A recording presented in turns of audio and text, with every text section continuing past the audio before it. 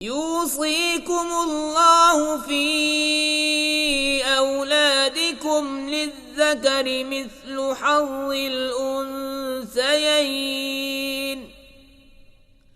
فإن كن نساء فوق 2 فلهن ثلثا ما ترك وإن كانت واحدة فلها النصف ولأبويه لكل واحد منهما السدس مما ترك إن كان له ولد فإن لم يكن له ولد وورثه أبواه فلأمه الثلث فإن كان له إخوة فلأمه السدس من بعد وصية يوصي بها أو دين آباؤكم وأبناؤكم لا تدرون أيهم أقرب لكم نفعا فريضة من الله إن الله كان عليما حكيما। अल्लाह तुम्हें हुक्म देता है तुम्हारी औलाद के बारे में, बेटे का हिस्सा 2 बेटियों बराबर है।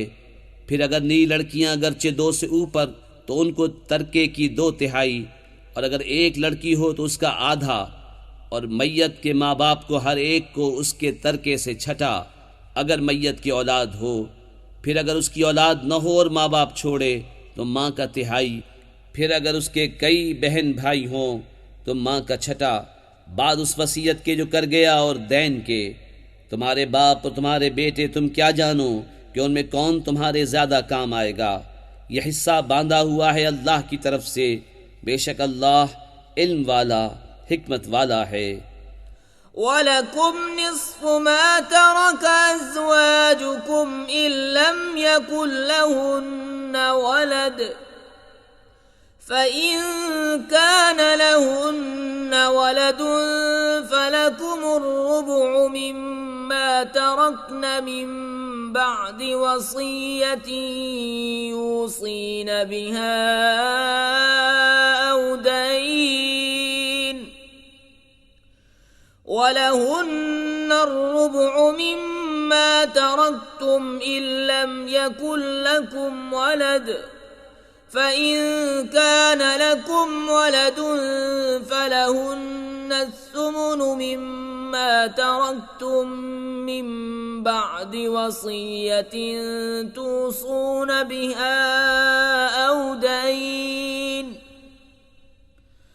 وإن كان رجل يورث كلالة أو امرأة وله أخ أو أخت فلكل واحد منهما السدس فإن كانوا أكثر من ذلك فهم شركاء في الثلث من